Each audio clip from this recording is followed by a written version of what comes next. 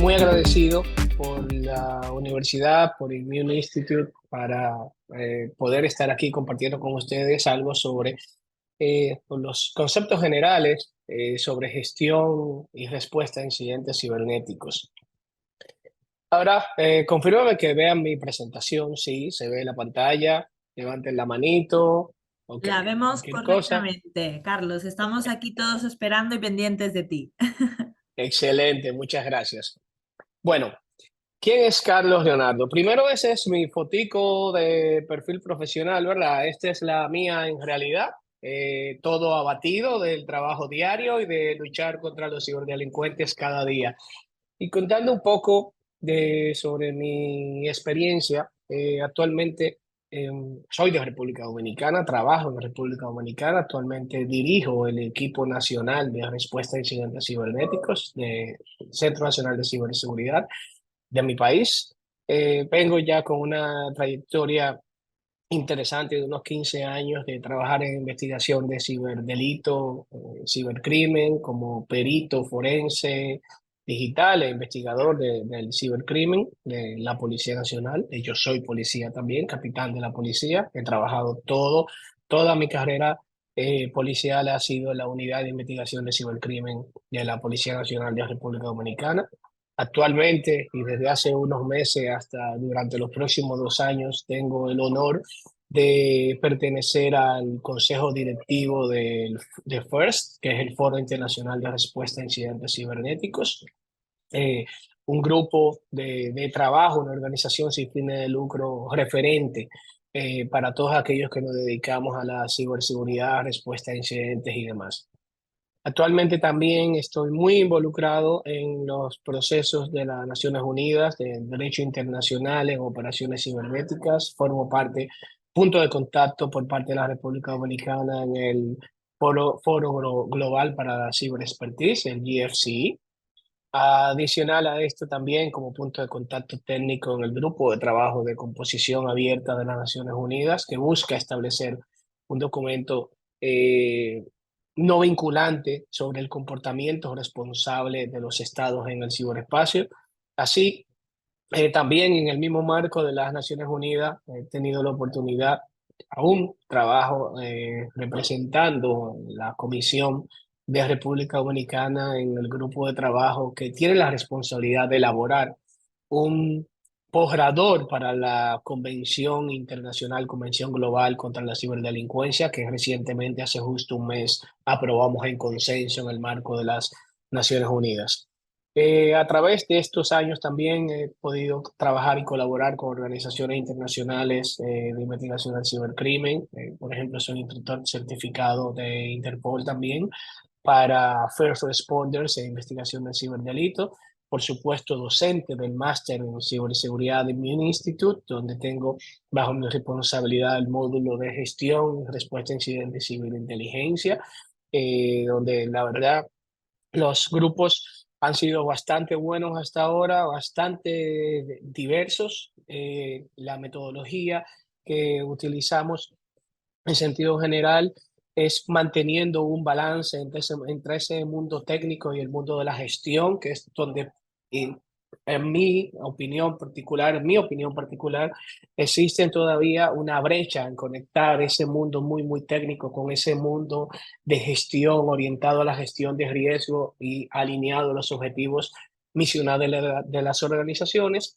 Y por accidente, también me ha tocado ser diplomático en el mundo del ciberespacio y las relaciones internacionales relacionadas con el derecho internacional y las operaciones cibernéticas. Como dije, hoy en día soy fiel promotor y creo que tengo propiedad intelectual junto con otro compañero, con el embajador Claudio Peguero de República Dominicana, del término del concepto de biodiplomacy, donde, si bien es cierto, suena un poco jocoso, lo relacionado con el beer y la cerveza, la intención o lo que está detrás de esto es que para poder lograr un ciberespacio más confiable, seguro y resiliente para todos, hace falta la colaboración. Es mandatorio tener ese intercambio, las relaciones interpersonales, el ponerle cara a la persona que está del otro lado con la que estamos colaborando.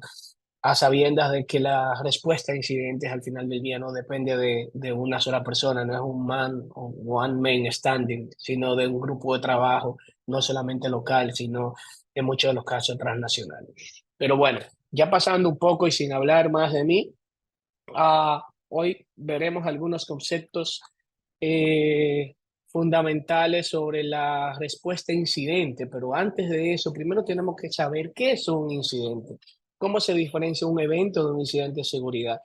De acuerdo a la norma ISO 27035 de gestión de incidentes cibernéticos de la ISO, un evento es cualquier ocurrencia que ocurre en cualquier observable que pueda existir en un sistema, partiendo de que toda actividad maliciosa generó un evento observable o una anomalía. Sin embargo, no todo evento observable o anomalía representa un incidente o un ataque malicioso.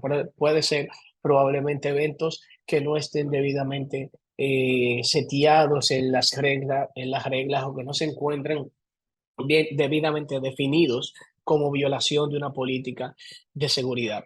Y de acuerdo a al marco también de referencia de NIS 861 de respuesta a incidente, igual, un incidente de seguridad es toda violación a una política de seguridad de la información que se encuentra establecido en una organización. ¿Qué queremos decir con esto?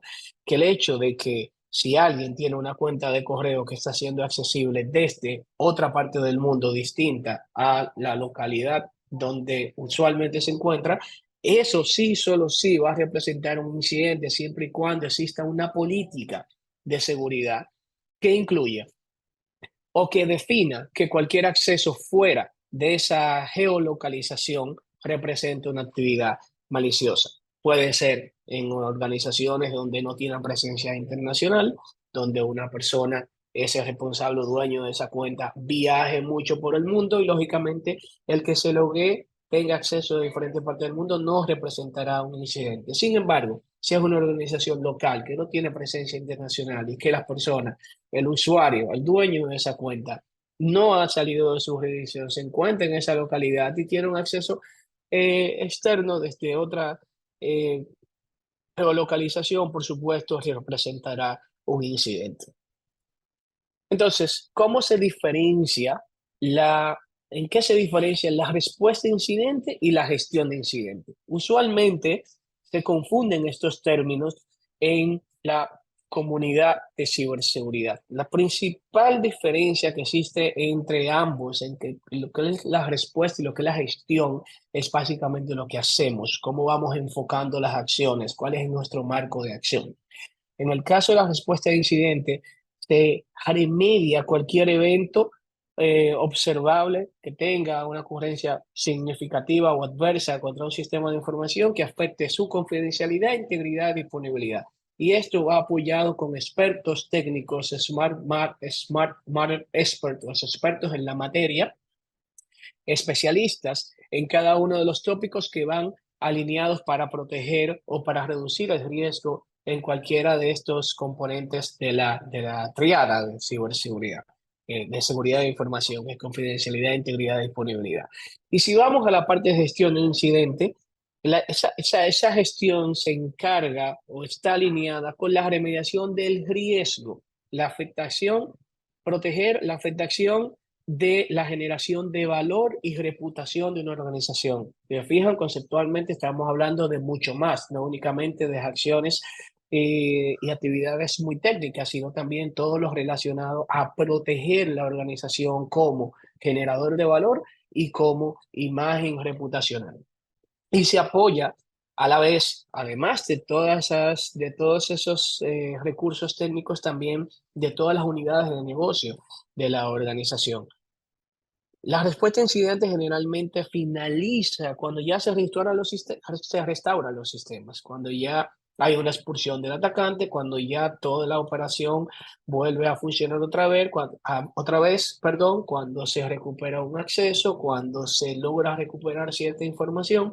Sin embargo, la gestión del incidente, de ese incidente, además de haber culminado todas esas actividades técnicas, termina cuando se logran a largo plazo establecer todas las medidas correctivas, proteger las inversiones, proteger cuando se logró recuperar o proteger esa imagen mediática, la reputación de la organización, y cuando se complementen o se completen todas esas comunicaciones y procesos administrativos que se requieren, la relación con terceros, con proveedores, con clientes, notificación, compensaciones, comparecencia ante eh, repercusiones legales, por ejemplo. En ese momento, más allá de lo técnico, termina la gestión del incidente, incluyendo la gestión de comunicación ante esa crisis. Y si algo es transversal a ambas, es que ambas, funcionan de una mejor manera cuando se practican, cuando se ponen en práctica, cuando se hacen ejercicios de simulación en advance, o sea, de manera previa, antes de que ocurra algún evento eh, adverso contra la organización. Es ampliamente conocido las diferentes fases para responder a un incidente. Primero, la preparación. No podemos responder a un incidente si no tenemos primero el equipamiento, los recursos humanos, el mandato, esas políticas, esos procedimientos, las herramientas, las rutas, los playbooks, cuáles son cada una de las cosas que vamos a hacer, ese mapa de ruta que vamos a ejecutar en el momento que se ocurra un incidente. Por supuesto, también la detección y el análisis, que es donde ya, luego de haber tenido esa preparación, qué queremos colectar, qué queremos visualizar, qué estamos monitoreando, qué estamos vigilando para que todo marche bien.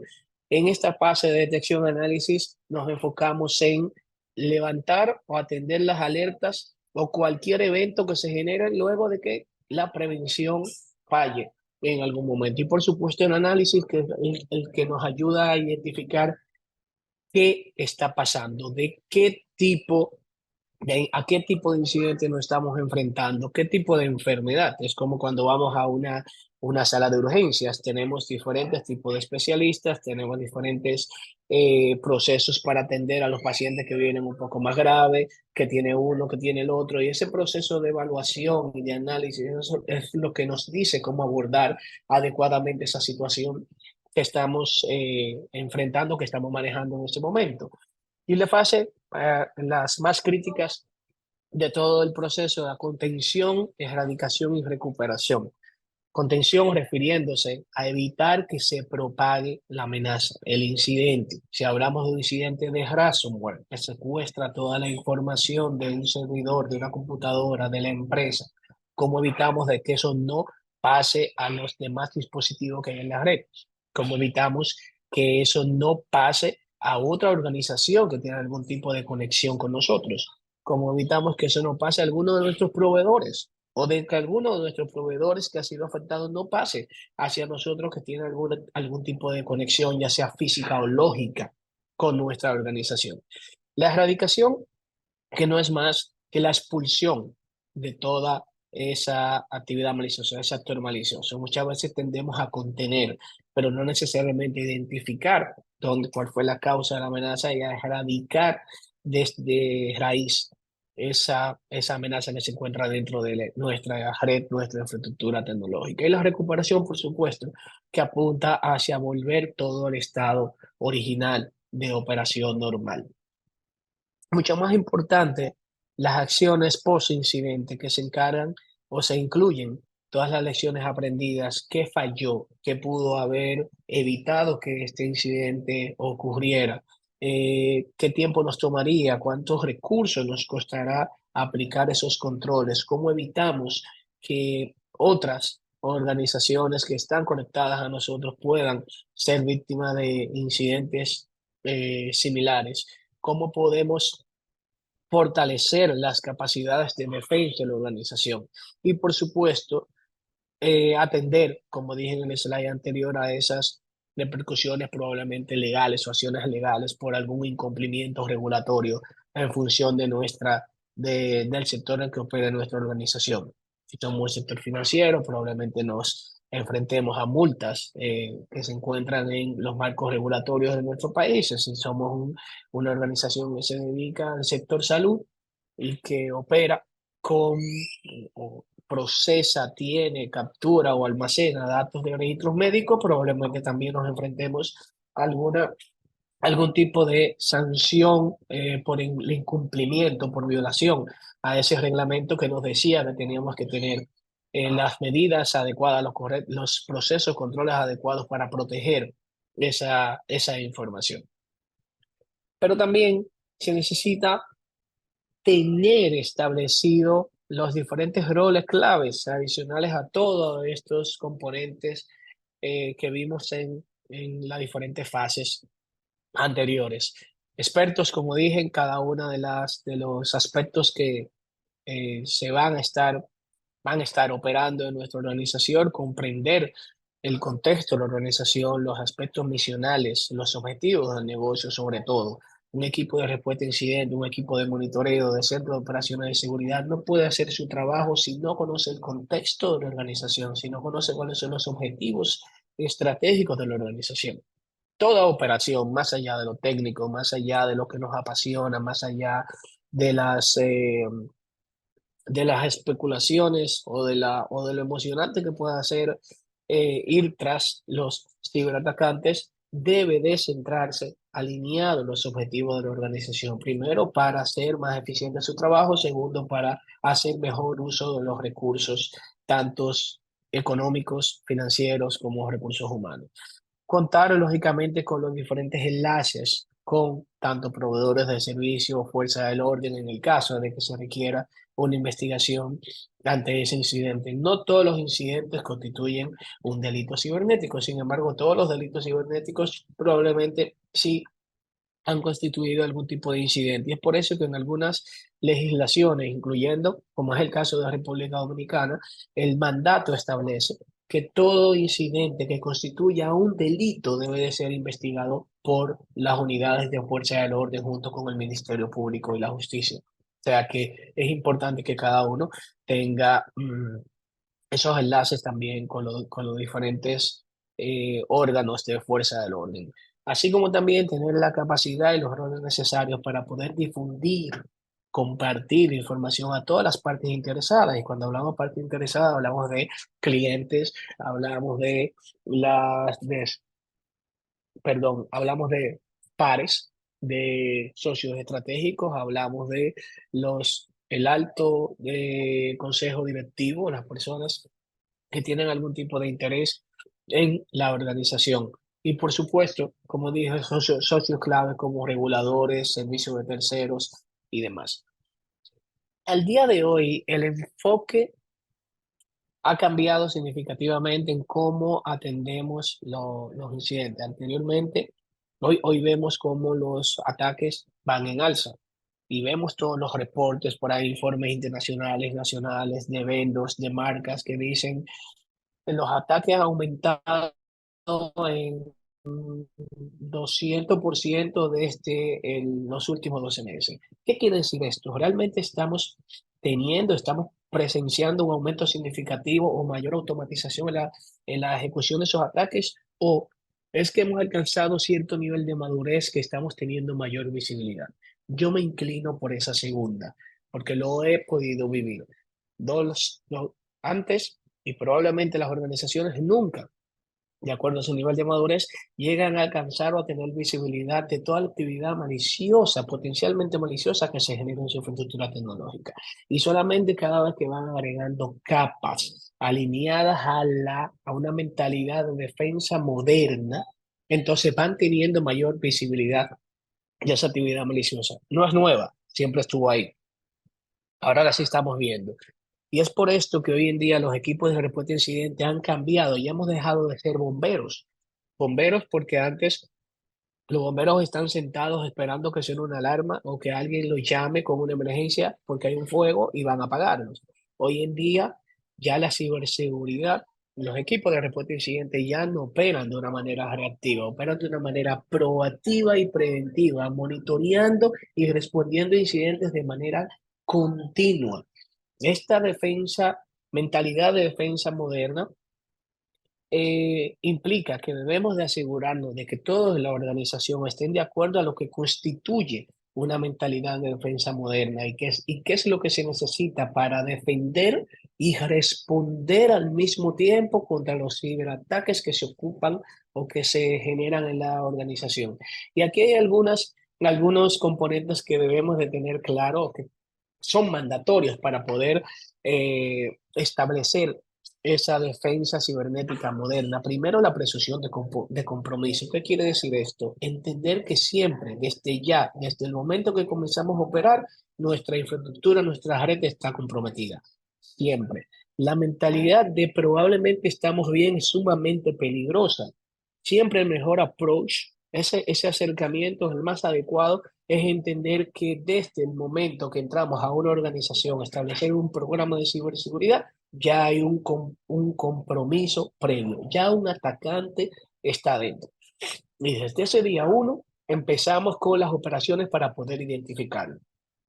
Y eso nos lleva a establecer también el segundo criterio, que es la defensa orientada a la detección. Detección significa centrarse exclusivamente donde ha fallado la prevención, donde los controles dejaron pasar cualquier actividad, donde el firewall no bloqueó ese intento de acceso, donde el doble factor de autenticación no funcionó, donde el filtrado de spam del correo electrónico no detuvo ese correo de phishing porque es malicioso. Esa mentalidad orientada a la defensa es lo que nos va a ayudar a alinearnos con esa defensa moderna. La detección proactiva, por supuesto, establecer equipos de búsqueda, de hunting, de manera continua, de que el trabajo de los analistas que hacen esa cacería de amenazas desde que se sientan en su estación de trabajo es buscar quién puede estar dentro de la organización. Y por supuesto, es establecer un enfoque posterior a la explotación. Siempre, al decidir que buscar los ataques en la etapa posterior a la explotación debe considerarse como una prioridad.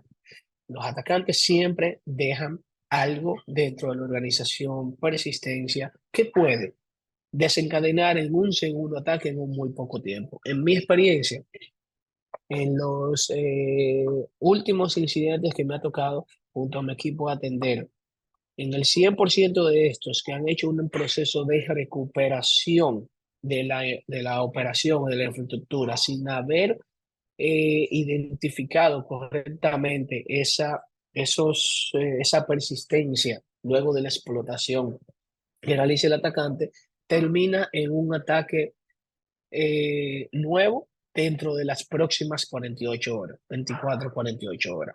De hecho, tengo un buen caso de ejemplo donde una organización, el 50-60% de su infraestructura fue comprometida por ransomware. Lograron recuperar desde los backups que tenían, no hicieron ese proceso de erradicación de manera correcta, de buscar post esa explotación, y en menos de 48 horas el 100% de la organización volvió a ser afectada. Y por supuesto, la estrategia de mentalidad moderna siempre, más allá de lo técnico, debe de estar basada en riesgo, dado que la mayoría de los equipos de respuesta a incidentes nunca tendrán un presupuesto de seguridad infinito. Siempre es una limitante, una limitación en términos de dinero. El equipo debe de considerar cuidadosamente el modelo de amenaza de la organización y eso requiere que se establezca basado en el riesgo de esa organización, de ese plan de gestión de riesgo, que se establezca un plan, un mapa de amenaza para poder dirigir la operación a hacer un uso mayor, lo más efectivo posible de los recursos. Y claro, finalmente, la prevención, sí, definitivamente es ideal, pero la detección es imprescindible, es un must, es mandatorio que se realice la detección post una detección de una actividad maliciosa.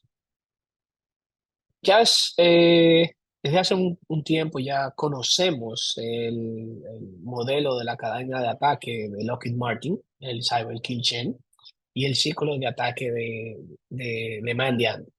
Han salido numerosos informes y presentaciones a lo largo del tiempo, desde que conocemos, hablamos de seguridad, de la información y lo menciono solamente brevemente para resaltar algunos puntos.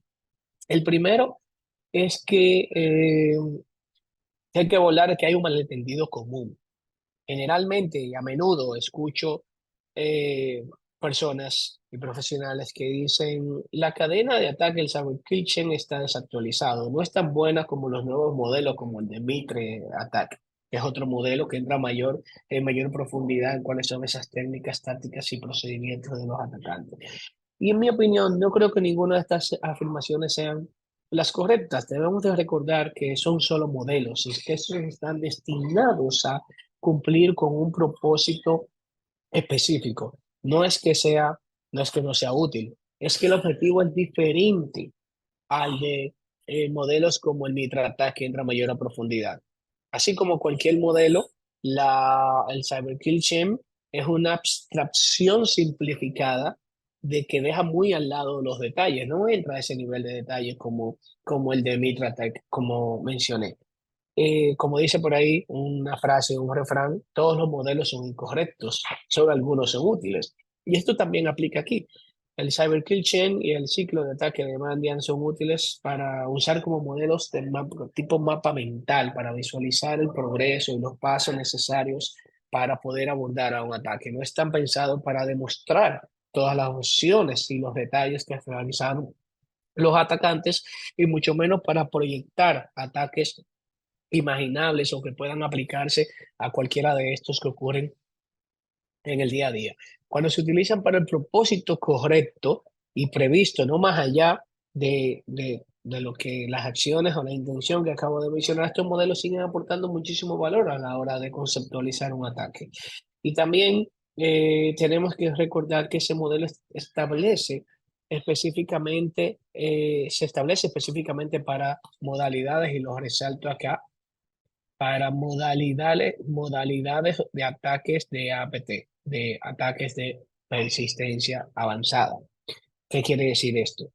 No, no son modelos que generalmente no son funcionales para ataques muy básicos como ataques de adware, que son los ataques de infección de máquinas para publicar anuncios y demás, sino para ataques que grupos de crimen organizado, ciberdelincuentes organizados, utilizan esas técnicas, tácticas y procedimientos para mantener durante un largo periodo de tiempo control sobre una infraestructura hasta que logren alcanzar su fin. Ya puede ser monetario, ya puede ser geopolítico, ya puede ser comercial, ya puede ser terrorista, cualquiera de estos. Y muy brevemente, también organizar todas esas técnicas, tácticas, componentes al momento de responder a un incidente, generalmente genera cierta confusión o ofusca a las personas. Un modelo alternativo, y creo que algunos hemos estado relacionados ya con la pirámide del dolor, donde vemos acá abajo donde estos son los componentes más fáciles de monitorear. Vemos, perdón, vamos a ver el lapicito, donde me sale el lápiz, por acá. Estos son los componentes más fáciles de monitorear. ¿Por qué? Porque ya han sido vistos por alguien, ya ha sido categorizado como malicioso por alguien y es algo que, formando parte de nuestro proceso de inteligencia de amenaza, vamos a poder detectar de una manera muy fácil. Desventaja, puede ser cambiado muy rápido por un ciberatacante. Un ciberatacante puede cambiar al día N cantidad de direcciones IP, valores hash o nombres de dominio, tanto como su presupuesto y tiempo le permita. Y es algo que, si bien es cierto, hoy en día no funciona al 100%, no es efectivo al 100% para detectar ataques de persistencia avanzada, sí, cuando lo combinamos junto con los artefactos, con las herramientas que utilizan, con las técnicas, tácticas y procedimientos que son, vamos a decir, tienen mayor relevancia, pero son menos probables que los atacantes lo cambien porque tendrían que modificar completamente su proceso, el proceso que utilizan para infectar, para comprometer una organización. Y es cambiar la técnica, cambiar el ataque mucho más, ese proceso que ya están establecido, inclusive desarrollar nuevas herramientas es más complejo que poder cambiar esos indicadores que estamos viendo acá debajo. Para entender o para poder hacer ese proceso de detección efectiva y de respuesta a incidente, nos vamos a hacer una comparación entre el modelo de NIST, la fase de respuesta a incidente, a un poco más de profundidad, un nuevo modelo, vamos a decir, modificado, llamado el Dynamic Approach Incident Response, que es el acercamiento dinámico de respuesta a incidente. Esto quiere decir que el proceso de respuesta a incidente no va desde un inicio hasta un fin abordando por todas las fases, por todas las fases y ya, sino que permite ir de manera dinámica, repitiendo, abordando y devolviéndonos a las diferentes fases, formando parte de un proceso continuo. Este modelo, al igual que el de NIST, proporciona un marco de procesos para los pasos de respuesta a incidentes, pero aborda algunas críticas, como dije, que se le han hecho al modelo de NIST. Y, y vamos a decir que muchos han comentado que la implementación es deficiente o incompleta. Esas mejores prácticas no pueden ir solamente con un paso a paso y ya, sino que debe de manera dinámica ir evaluándose, devolviéndonos, contextualizando la información que recolectamos para poder tomar las decisiones correctas. Y este modelo dinámico conceptualiza la respuesta a incidentes como múltiples eventos que ocurren a lo largo del tiempo, algunos de los cuales se superponen o suceden de una manera repetitiva. Como dije, a medida que se descubren nuevas amenazas. Un incidente puede empezar con un ataque de phishing y puede terminar en una brecha de datos o un ataque de ransomware. En lugar de pensar en abordar estas fases como una respuesta a incidente en pasos a seguir, este modelo define los pasos como puntos de referencias con resultados, actividades que se repiten con una frecuencia necesaria, sin límite, hasta lograr tener un resultado, una resolución eficiente del incidente. Tener este acercamiento nos permite, en combinación con conocer cuáles son esas metodologías de ataque, de ese cyber cliché y el ciclo de vida de Mandiant, poder establecer una defensa en profundidad ante ese cyber cliché. ¿Qué quiere decir esto? Que cuando se trata de diseñar y probar una estrategia de defensa en profundidad, la cadena de ataque y cualquier otro método organizado pueden ayudarnos a entender si estamos haciendo un muy buen trabajo. No comenzamos a poner controles porque sí. Si consideramos en este ejemplo la organización de las dos organizaciones que tenemos, la número uno arriba y la número dos abajo, cada una ha evaluado cómo funcionan sus capacidades de detección para cada una de las respectivas etapas del cyber kitchen. Tenemos el reconocimiento, el weaponizer, el armamento, el preparar ese arsenal de herramientas, eh, la entrega o el delivery del código malicioso, la instalación de esa herramienta o ese código malicioso, la persistencia a través de comando y control y las acciones a ejecutar. Bien, ya sabemos que esas son las fases que utilizan los ciberatacantes para comprometer las organizaciones. Ahora, de todo esto, ¿dónde colocamos los controles? Muchas veces nos vamos acá y concentramos los controles en la línea de entrega, porque decimos, no importa que hagan reconocimiento, no puedo evitar que fabriquen o desarrollen herramientas que puedan afectar mi organización. Lo que puedo evitar, lo puedo centrar es en que no entren a hacer un delivery, una entrega de esas herramientas de código malicioso. Y sobre todo, que si logran hacerlo, tampoco puedan explotarlo. Probablemente lograron entrar a la red, pero también pongo todo el esfuerzo para que no puedan explotar ese código malicioso o esa actividad maliciosa dentro de la organización. Y enfocándonos en esto, descuidamos esas fases de instalar, del establecimiento de C2 y de las acciones que puedan ejecutar.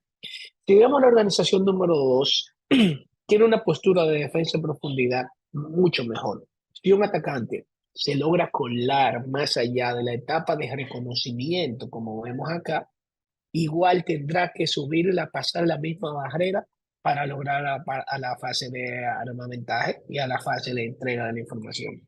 Ninguna etapa es perfecto, por supuesto, pero todas brindan una cobertura decente y adecuada, vamos a decir así, Esto significa que la organización que se está defendiendo ha implementado todos los controles para poder hacer detecciones en las diferentes etapas. Si logró pasar una, igual le subo la barrera de este lado. Si logró pasar otra, igual la va a tener mucho más difícil y eso probablemente va a generar, primero, va a resultar en que tengamos mucho mayor probabilidad de identificar cuáles técnicas y actividades está realizando el atacante, logrando ponerlo mucho más difícil y haciéndolo devolverse hacia la fase inicial para que tenga que reorganizar por completo su plan.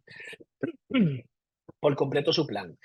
Y esto nos lleva al establecimiento de el modelo de Oda Cycle, del ciclo Oda, que no es más que observar, orientar, decidir y actuar. ¿A través de qué? Observar la actividad que pasa. ¿Por qué les comento todo esto? Porque lo que hablamos al principio, ya la respuesta a incidentes continua. Al momento que estamos observando la actividad que pasa en la red, orientamos cuáles son las acciones que debemos tomar, decidimos cuáles son esas acciones que van alineadas con la respuesta a incidente, actuamos para poder responder efectivamente a ese incidente. ¿Qué tan rápido debemos de actuar? Igual que en una competencia, solamente el más rápido ganará. Siempre, siempre el enfoque debe de ser tratar de ser mucho más rápido que el atacante.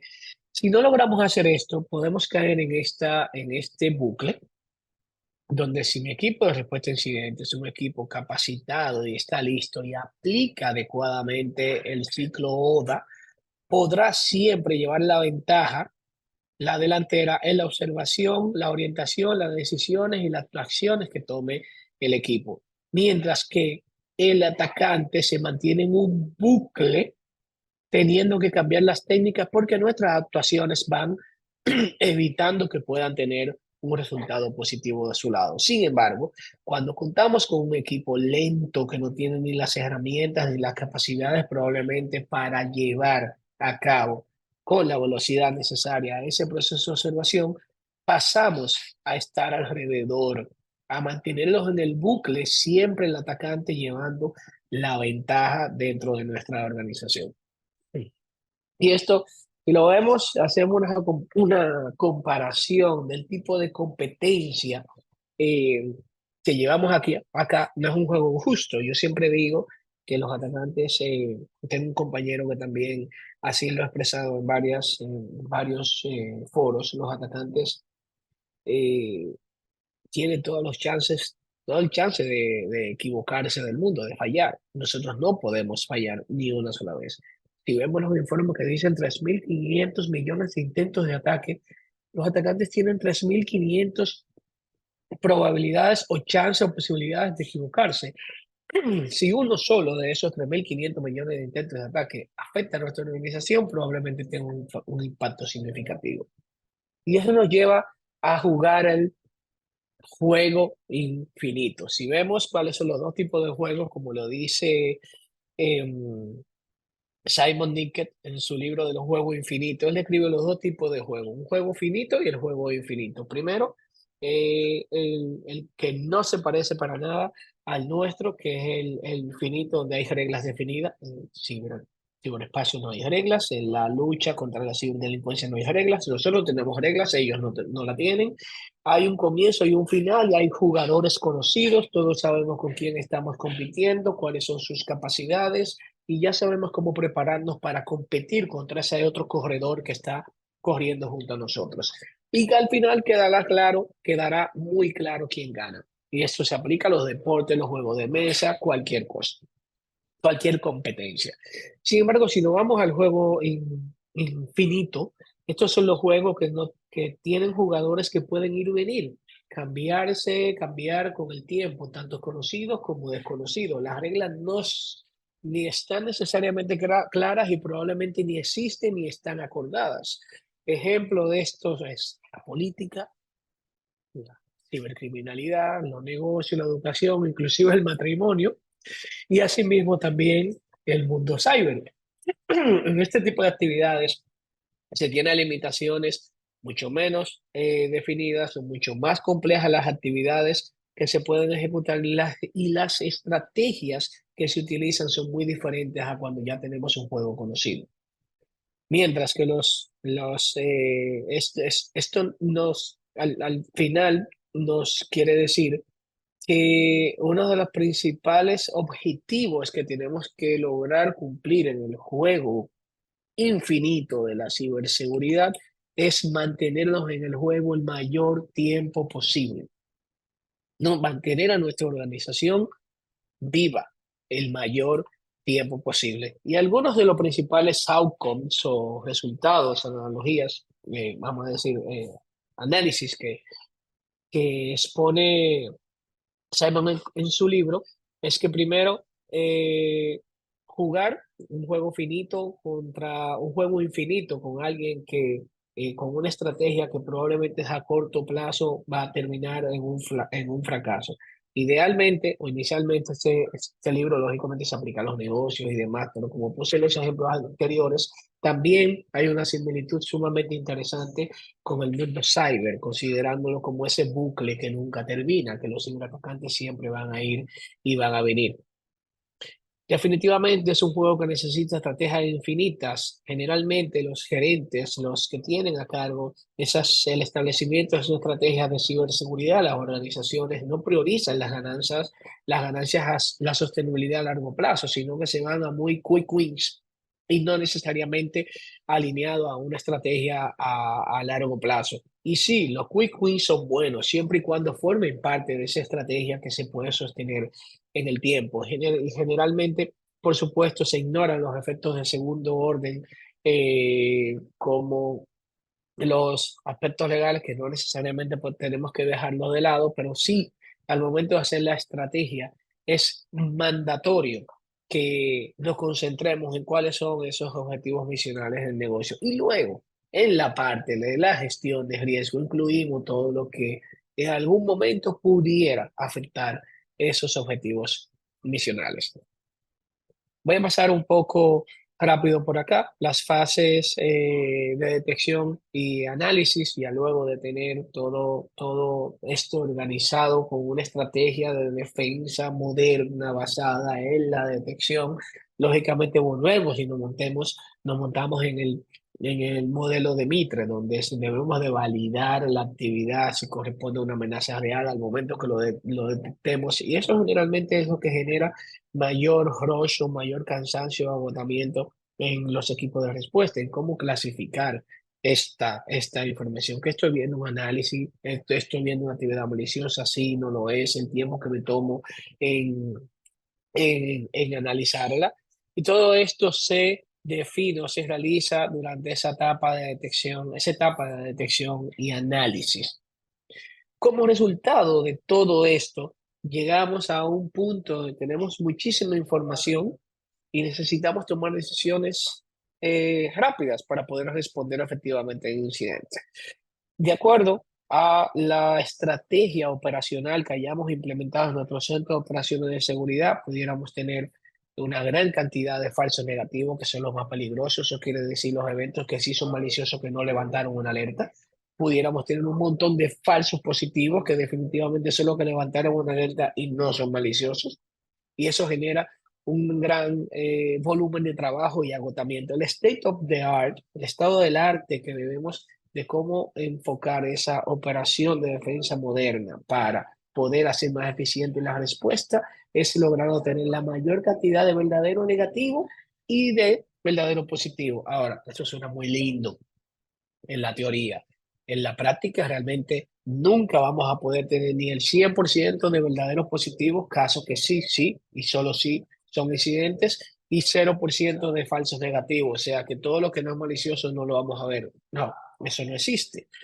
Lo ideal es encontrar el balance en cómo vamos tuneando de acuerdo al contexto organizacional, a los objetivos del negocio, a ese mapa de amenaza que ya hemos definido, tuneando qué cantidad o porcentaje, perdón, de falso positivo y de falsos negativos queremos tener. Y hay pros y contras de ambos. El tener Mucho cero falso positivo, lógicamente ayuda a tener una cola controlable de incidentes ahí por analizar, por responder. Probablemente tengamos uno, dos, tres, cinco al día.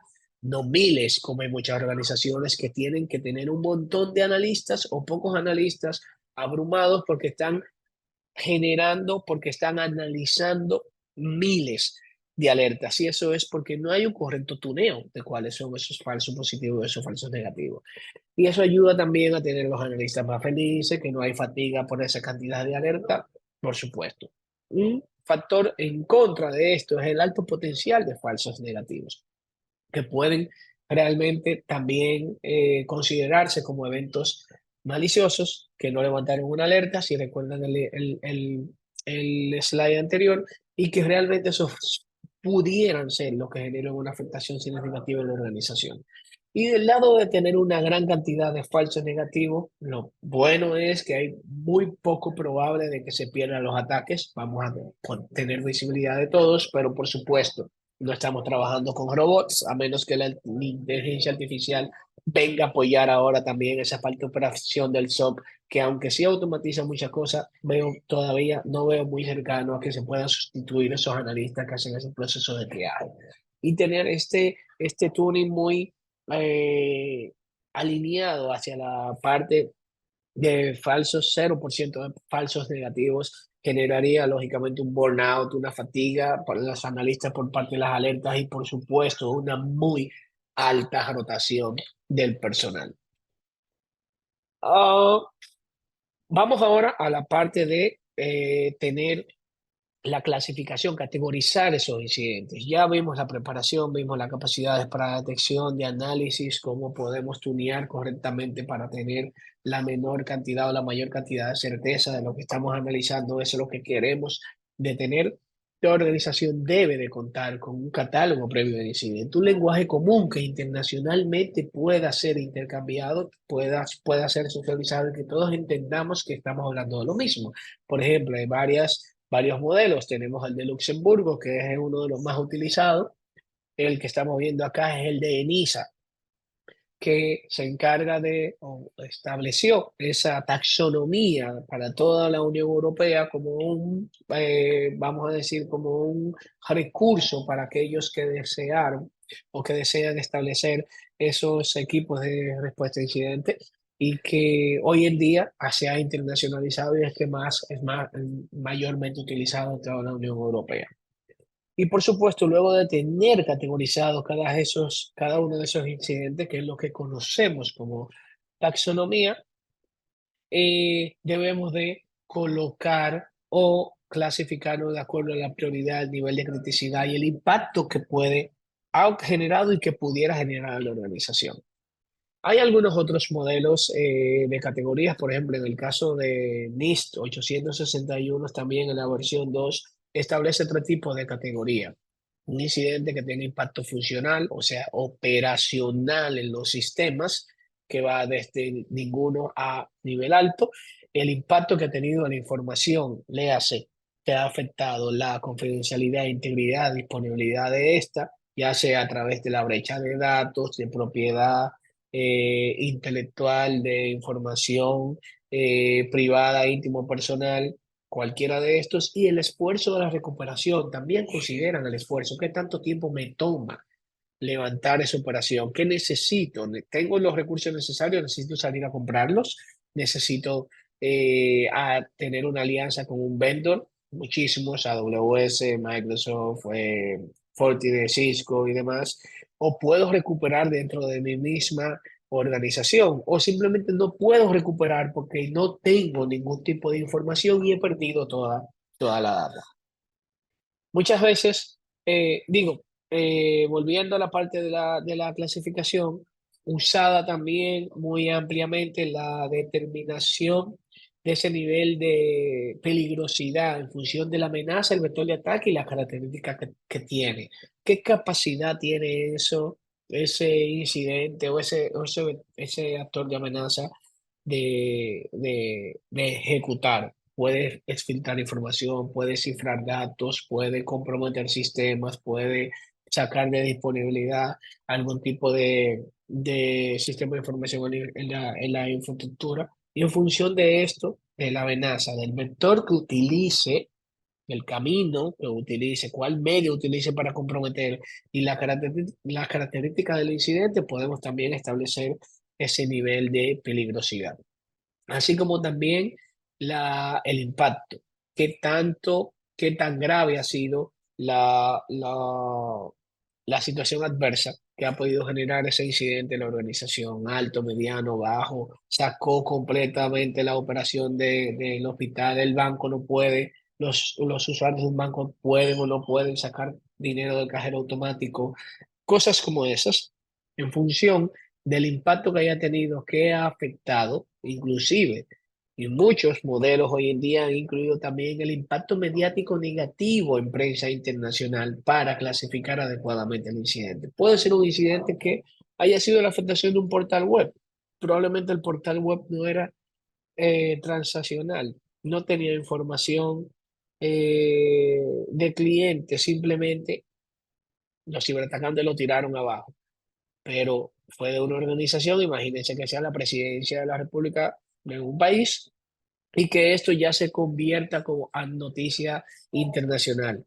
Fíjense que operacionalmente probablemente el impacto ha sido cero, pero ese impacto mediático negativo internacional lo convierte en un incidente de nivel alto o probablemente crítico. Y así, la clasificación del incidente nos permite adecuar los recursos adecuados o asignar los recursos adecuados para determinar, para poder atender ese incidente, nos permite manejar, saber con anticipación cuáles son los medios que vamos a necesitar para poder atenderlo y sobre todo priorizar cuál atendemos primero, cuál atendemos después. Sabemos que la mayoría de los casos de incidentes no ocurren de manera concurrente, no coinciden dos o tres al mismo tiempo, menos que sea una organización muy grande. O en mi caso, que tengo la responsabilidad de todo un país, que probablemente en algunos casos sí hay organizaciones que hemos tenido incidentes de manera simultánea. Pero además de eso, también las actividades, tareas diarias que tienen los analistas, como los análisis de vulnerabilidades, las pruebas de penetración que se realizan desde el mismo equipo y el estado del arte, que haya un recurso para cada actividad dentro de un equipo de respuesta a incidente. La realidad es que somos pocos recursos, cada uno con diferentes sombreros o con muchos sombreros. Y eso debemos de tomarlo en cuenta también. En eso nos apoya también la clasificación de incidentes para poder organizar quién atiende quién primero que el otro. Y por supuesto, las métricas son clave para llevar en un equipo de respuesta a incidentes. ¿Qué tiempo me tomó detectarlo? ¿Qué tiempo me tomó identificarlo? ¿Qué tiempo me tomó clasificarlo? ¿El tiempo que nos tomó responder al incidente o determinar que sea un incidente? Y por supuesto, declarar el incidente, que requiere obligatoriamente que tengamos primero producto de un observable que generó, como vimos en el primer slide, generó una situación adversa en la organización, haya tenido un impacto dentro de la organización a través de detección de calidad, habiendo aplicado defensa moderna dentro de la organización, una buena comunicación con las diferentes partes de tercero y sobre todo acceso a los datos que nos permitan validar las hipótesis de cómo pudo haber pasado. Voy a pasar un poco rápido por aquí por cuestión de tiempo. Ahí, Janet, me corriges si, porque no veo qué tiempo me queda, pero por acá vamos. Ahora, nos pasó el incidente, declaramos el incidente y ahora ¿qué? ¿Qué hacemos? Uno de de los errores más comunes que cometen las organizaciones es ir directo a la recuperación. Hay pros y contras, vamos a decir así. El problema de ir muy rápido y de ir directo a la recuperación es que perdemos visibilidad de cuál ha sido el alcance real del impacto del incidente. Probablemente perdamos la capacidad de identificar qué puerta utilizó para entrar. Durante esa recuperación probablemente nos llevemos todo eso y no tengamos ni idea en el futuro de cuál vulnerabilidad se aprovechó, cuál fue la vía de entrada del vector de ataque que utilizó para poder, dentro de las lecciones aprendidas, aplicar esas mejoras continuas. Y el problema, lógicamente, de actuar muy lento es que se corre el peligro de que se propague. Y ahí siempre los equipos de respuesta a incidentes tienen esa difícil decisión. Y es por eso que los equipos de respuesta consultan con ese equipo de gestión de incidentes. Si recuerda la tablita que hablamos al principio, de esa alta dirección de ese incident manager, del gestor de incidentes, que tiene una visión mucho más estratégica de la parte del negocio y de la operación. Y por supuesto, corremos el riesgo de poder estar frente a diferentes multas por incumplimiento legal si actuamos de una manera muy lenta. Muchas regulaciones, incluidos sectoriales y nacionales, incluyen que un incidente debe ser notificado, resuelto en un determinado periodo de tiempo. Y eso también dificulta la obtención de evidencia. Muchas veces los equipos de respuesta a incidentes que necesitan poder obtener información de inteligencia, de amenazas y evidencia para poder identificar, como dije, qué pasó. Pero eso también pone en una balanza ese tiempo de recuperación que vamos a tomar. Nosotros, a mí, en mi caso me ha pasado, he ido a organizaciones donde accidente de ransomware se puede levantar bastante rápido a través de los respaldos que tienen. Sin embargo, las unidades de fuerza del orden exigen o piden, ¿no? Tenemos que levantar la evidencia, tenemos que hacer discos, copias de cada uno de los discos, de los servidores, tenemos que buscar por dónde pasó, qué pasó. Entonces, eso generalmente retrasa la recuperación. Así como también me ha tocado atender organizaciones donde dicen, no, no, no, lo que me interesa es tener mi operación, mi negocio funcionando, no me importa ya quién lo hizo. Como quiera no lo van a meter preso porque tal vez se encuentra en otro país. Esas son parte de las cosas que dicen, que he escuchado. Y definitivamente toca poner en una balanza eh, de qué decidimos primero. Por eso es importante tomar una decisión respecto a la estrategia que ya previamente se ha definido en cuanto a la resolución de incidentes. Esas decisiones sobre la contención deben de ser consultadas siempre con la máxima autoridad, la alta dirección o el gestor de incidente, que es muy poco raro recomiendo dilatar. Pero hace falta hacer esa consulta porque a un próximo nivel, no solamente en el nivel técnico, es donde se puede conocer qué es aceptable, qué podemos inhabilitar, qué no podemos inhabilitar. Vamos a tumbar la infraestructura completa. O sea, he visto, me ha tocado también casos donde la solución, la respuesta al incidente ha generado un impacto mayor al incidente en sí. Por ejemplo, tumban toda la infraestructura para que el ataque no se propague y se queda toda la organización sin dar ningún tipo de servicio, cuando probablemente solo un servicio fue afectado inicialmente por el incidente. Es necesario conocer para esto todo lo asociado al riesgo operativo y legal para poder ponderar cuál es la mejor decisión. Y por supuesto, en la parte de contención, ya es necesario contar con esos playbooks, esos libros de jugada que los analistas deben de ejecutar ese paso a paso de cuando pasa determinado tipo de ataque que debemos realizar. Me voy un poco ya hacia adelante, hacia las lecciones aprendidas, el post-incidente, por ejemplo.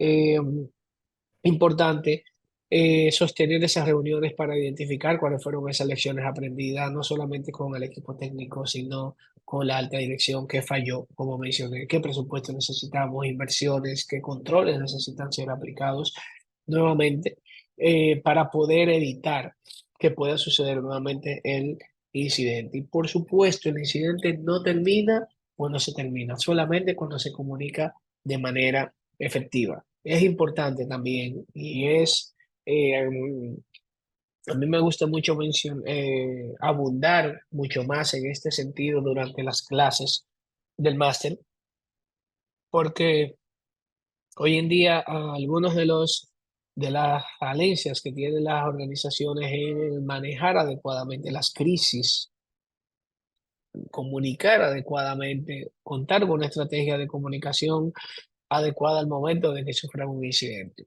Y por eso, como le mencioné al principio, que mantenemos durante todo el curso ese balance entre lo técnico y lo de gestión, porque ya aquí sale mucho más de esa parte técnica de ese equipo de respuesta. Sigue formando parte de ese comité de respuesta a incidentes, todas las unidades de negocio de la organización, donde se incluye también esa comunicación efectiva de la crisis del incidente, manteniendo sobre todo un lenguaje de quinto grado, o sea, que pueda ser entendible para todo el mundo. No salgamos a decir los de HCP, los servidores de SQL, fueron, no, tengamos un lenguaje que pueda ser entendido por todo el mundo, siendo muy claro y evitando sobre todo la atribución. La atribución es complicada. Realizar atribuciones en base a evidencia técnica hoy en día no es lo correcto, porque son muchos los ataques que se pueden realizar realizando falsa bandera, utilizando falsa bandera, y sobre todo porque hoy en día existen muchos ataques como servicio. Entonces, no hemos visto todavía en el marco del derecho internacional donde se haya hecho una atribución técnica, donde se haya hecho una acusación legal y formal ante la Corte Internacional basada en una atribución únicamente técnica. Y sobre todo, ser empático, comunicar qué estamos haciendo, qué vamos a hacer en el futuro para que esto no vuelva a pasar y sobre todo que contamos con el personal adecuado para que esto no vuelva a suceder en el futuro. Por último, hoy en día ya no somos islas de información ni islas de datos. Parte esencial de la respuesta a incidente es compartir, intercambiar con la comunidad externa, con los proveedores de servicio, con las pares, con las otras organizaciones a nivel nacional, regional e internacional para que puedan anteponerse, puedan conocer, puedan actualizar sus medidas de defensa, sus controles de defensa, para que no le pase lo mismo que a nosotros. O al momento de responder a un incidente, tal vez a alguien más ya le pasó. Y compartiendo todo esto también podemos tener una ayuda valiosa por parte de la comunidad técnica internacional. Finalmente, el establecimiento de un programa maduro de respuesta a incidentes debe de ir, vamos a poner la pluma, debe de ir alineado a buscar esto. Se me fue la pluma por acá. Buscar un nivel de confianza donde podamos ir avanzando, operando y respondiendo basados en datos certeros, alineados con procesos, procedimientos, estrategia operacional adecuada en el contexto de nuestra organización, que nos vayamos dirigiendo, funcionando hacia donde nos lleve esa dirección a través de la implementación de una operación analítica driving, eh, y que sea, por supuestamente, adaptable a los diferentes tipos de ataques que podamos estar visualizando en nuestra infraestructura tecnológica. Ataques o actividad maliciosa o observables que podamos estar viendo dentro de nuestro sistema de información. Muchísimas gracias a todos.